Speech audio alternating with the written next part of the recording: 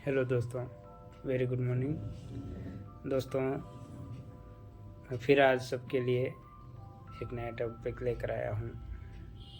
जो मैंने पिछली वीडियो में बताया था सम्मान निधि के बारे में। कल मैंने बताया था आपको कि किसान सम्मान निधि में रजिस्ट्रेशन कैसे करें, पात्रता कैसे क्या होती है। आज मैं आपको बताने वाला हूँ कि अगर आपने पहले से रजिस्ट्रेशन कर रखा है फिर भी आपकी किस्तें नहीं आ रही हैं तो कैसे आएंगी। दोस्तों, जो किस्तें रुकी हुई होती हैं उनमें कोई ना कोई कारण होता है, इसलिए सरकार द्वारा या बैंक द्वारा किसी भी स्तर से रोक दी जाती हैं। तो वो चीज़ें किसान भाई अपनी अगर अपडेट करा देते हैं तो अग्रिम जो किस्तें आनी होती हैं या उनके साथ में जो पिछली रुकी हुई हैं, जब से आपने रजिस्ट्रेशन किया है उसके बाद वाली किस्तें अगर रुकी हैं तो भी एक एक करके आ जाएंगी। दोस्तों, शुरू करते हैं। सबसे पहले क्या होता है कि अगर आपका पैसा रुका हुआ है, किस्त नहीं आ रही है, तो उसमें कहीं ना कहीं या तो आपकी EKYC नहीं है। EKYC दो प्रकार की होती है, एक होती है बैंक EKYC, एक होती है आधार बेस्ड PM किसान योजना पोर्टल पर EKYC होती है। क्योंकि भारत सरकार पैसा जो दे रही है वो आपके अकाउंट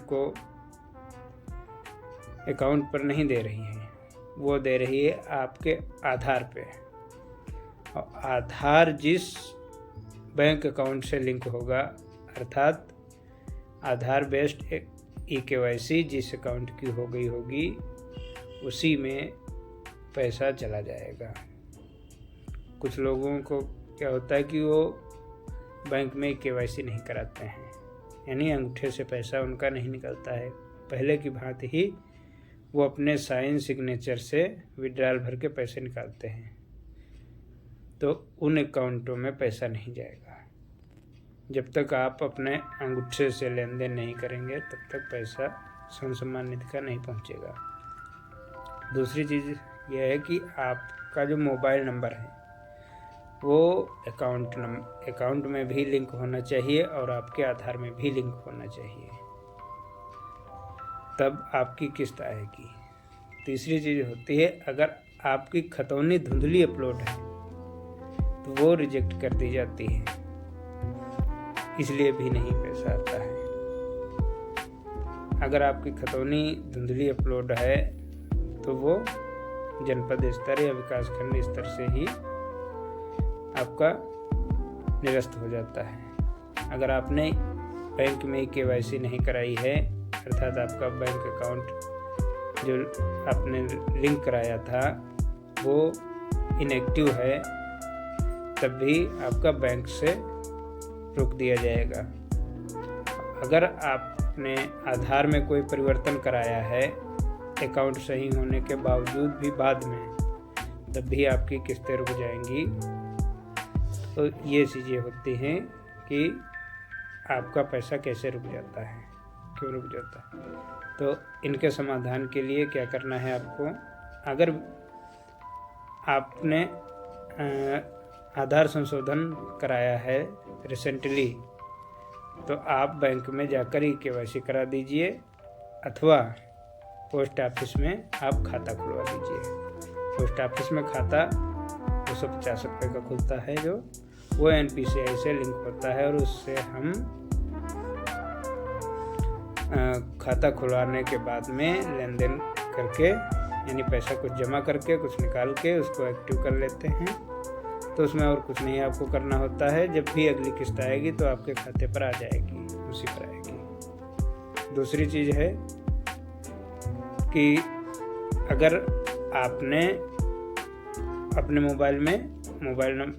अपने आधार में मोबाइल नंबर नहीं लगवाया है तो मोबाइल नंबर अवश्य ऐड करा लें, क्योंकि OTP वगैरह आपके आधार में जो मोबाइल नंबर लगा है उसी पर आती है। तीसरी चीज़ है, अगर आपकी खतौनी धुंधली अपलोड हुई थी तो उसको आप कृषि विभाग के विकासखंड स्तरीय कार्यालय यानी बीज भंडार पर जाकर अपलोड करा सकते हैं, अथवा जनपद स्तरीय मुख्यालय पर आकर आप वहाँ से भी अपलोड करा सकते हैं। ये सब चीज़ें आप जब अपने पीएम किसान योजना का स्टेटस देखेंगे तब सारी चीज़ें पता चल जाती हैं क्या कमी है। उस हिसाब से उस कार्यालय में पहुंचकर अपनी समस्या का निदान करवा लीजिए और आने वाले समय में आपकी सारी किस्तें आ जाएंगी।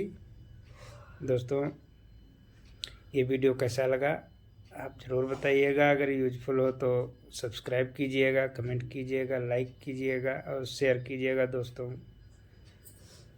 किसान भाइयों, मैं अगला वीडियो जल्दी ही लेकर आऊँगा। अगर आपको कृषि विभाग से संबंधित कोई अन्य जानकारी चाहिए तो भी हमसे पूछ सकते हैं। मैं रोज़ सुबह 8:30 बजे लाइव आता हूँ।